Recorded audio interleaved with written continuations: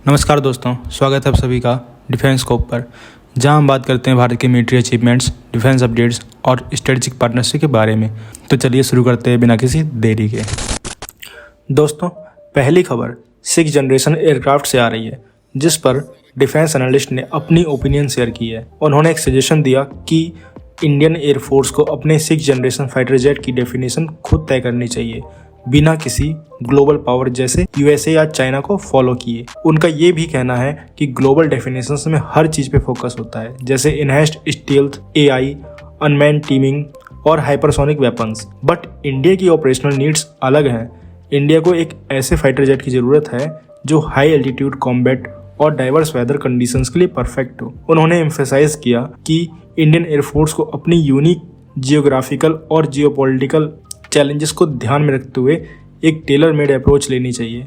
इसका मतलब ये है कि हमें सिर्फ उन्हीं टेक्नोलॉजीज पर पैसा खर्च करना चाहिए जो हमारे डिफेंस के लिए ज़रूरी है, ना कि वो जो बस ग्लोबल ट्रेंड्स में है।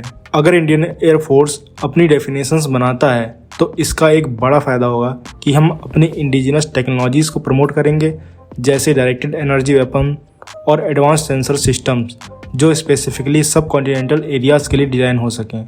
इस अप्रोच के साथ हम अननेसेसरीली एक्सपेंसिव टेक रेस में फंसने से भी बच पाएंगे। उन्होंने ये भी कहा कि अगर हम अपने स्पेक्स खुद डिफाइन करेंगे तो हम अपने मिलिट्री हार्डवेयर पे ज़्यादा कंट्रोल रख पाएंगे और फॉरेन टेक्नोलॉजी पे डिपेंडेंसी काफ़ी कम हो जाएगी।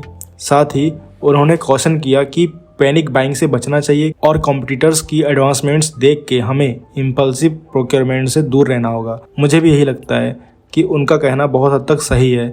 इंडिया के लिए एक ऐसी एयरफोर्स जो अपने ऑपरेशनल कॉन्टेक्स्ट में बेस्ट हो और जिसमें हार्डवेयर के साथ एग्जिस्टिंग और फ्यूचर सिस्टम्स का सीमलेस इंटीग्रेशन हो, इंक्लूडिंग स्पेस एसेट और साइबर वॉरफेयर कैपेबिलिटीज। तो क्या कहेंगे आप इस खबर के बारे में कमेंट सेक्शन में जरूर बताइए। तो अगली खबर की बात करें तो पहला एक्सपोर्ट डील आकाश 1S एयर डिफेंस सिस्टम के लिए आर्मेनिया के साथ साइन करने के बाद अब एक और कंट्री के साथ बात चल रही है। ये सिर्फ एक फाइनेंशियल डील नहीं है, बल्कि एक स्ट्रेटेजिक अचीवमेंट भी है जो इंडियन डिफेंस मैन्युफैक्चरिंग के ग्रोइंग कॉन्फिडेंस को दिखाता है। आकाश 1S एक medium range surface to air missile system है जो 25 किलोमीटर के रेडियस में एनिमी एयरक्राफ्ट्स को एफर्टलेसली डिस्ट्रॉय कर सकता है। इसका एडवांस सीकर टेक्नोलॉजी इंश्योर करता है कि ये हाई एल्टीट्यूड्स और एक्सट्रीम कंडीशंस में भी फ्लॉलेसली काम करे। आर्मेनिया के साथ जो डील साइन हुई थी उसकी एस्टिमेटेड वैल्यू 6000 करोड़ रुपए थी। इस एक्सपोर्ट के बाद ग्लोबल मार्केट में आकाश 1S की डिमांड बढ़ने लगी है।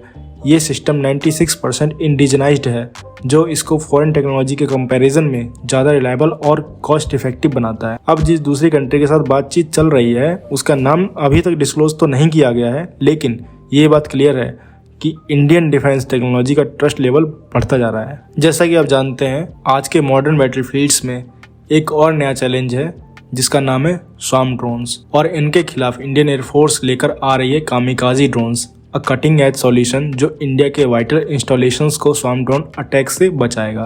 कामिकाजी ड्रोन्स का कॉन्सेप्ट वर्ल्ड वॉर 2 से इंस्पायर्ड है। उस समय जापानीज पायलट्स अपने प्लेन्स को एनिमी शिप्स के खिलाफ क्रैश करते थे।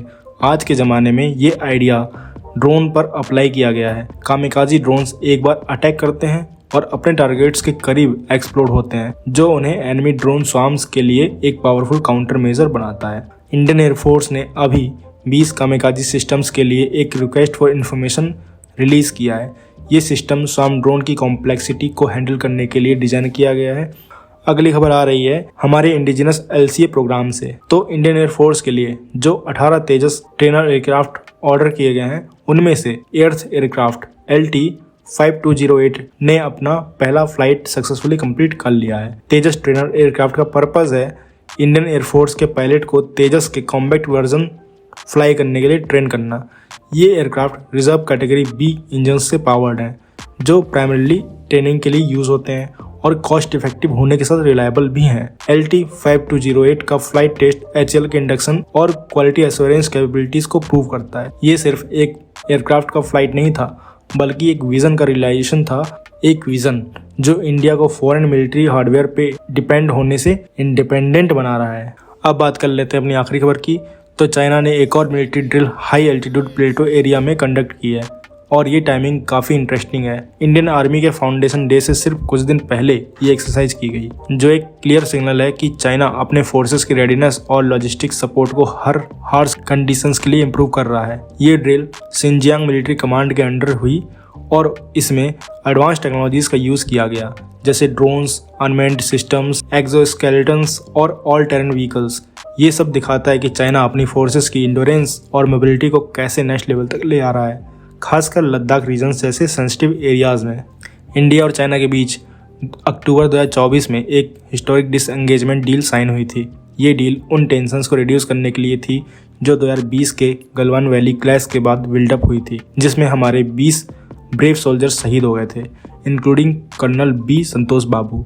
इस डील के बाद डेमचौक और देपसांग जैसे डिस्प्यूटेड एरियाज में जॉइंट पेट्रोलिंग शुरू करने का डिसीजन हुआ था, जो एक अच्छा स्टेप था पीस के लिए। लेकिन ये लेटेस्ट एक्सरसाइजेस क्लियरली दिखाते हैं कि चाइना अपने प्लान्स को किसी भी वक्त एग्जीक्यूट करने की कैपेबिलिटी बिल्ड कर रहा है। ये ड्रिल्स सिर्फ प्रैक्टिस नहीं है, ये एक स्ट्रॉन्ग स्टेटमेंट है कि वो अपने स्ट्रेटेजिक इंटेंट को शोकेस करना चाहते हैं। अब बात करें इंडिया की, हमें ये समझना होगा कि ये सिर्फ एक आइसोलेटेड इंसिडेंट नहीं है। ये हिमालयन रीजन एक स्ट्रेटेजिक हॉटस्पॉट है और इंडिया को अपने डिफेंस और प्रिपेयरनेस को कंसिस्टेंटली अपग्रेड करना होगा। इंडियन आर्मी ने लद्दाख में काफ़ी सारे मेजर्स लिए हैं। एडवांस सर्विलांस सिस्टम्स लगाए हैं जो रियल टाइम में चाइनीज मूवमेंट्स को ट्रैक करते हैं। रोड्स, ब्रिजेस और टनल्स जैसे इंफ्रास्ट्रक्चर प्रोजेक्ट्स फास्ट ट्रैक किए गए हैं ताकि ट्रूप्स और सप्लाईज का मूवमेंट सीमलेस हो। S-400 मिसाइल डिफेंस सिस्टम्स और K9 वज्रा जैसे मॉडर्न वेपन्स हमारे आर्सेनल का हिस्सा बन गए हैं, जो बॉर्डर डिफेंस को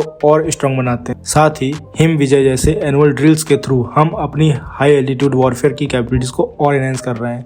लेकिन सिर्फ मिलिट्री रेडीनेस से बात नहीं बनेगी, इंडिया को अपनी डिप्लोमेटिक एफर्ट्स को भी कंटिन्यू रखना होगा। तो दोस्तों, ये थी आज की डिटेल्ड अपडेट्स हमारे भारत के डिफेंस और इंटरनेशनल स्ट्रेटजीज के बारे में। अगर आपको ये वीडियो इन्फॉर्मेटिव लगा हो तो लाइक करें, शेयर करें और चैनल को सब्सक्राइब करना ना भूलें। आपका सपोर्ट हमें और बेहतर कंटेंट बनाने के लिए मोटिवेट करता है।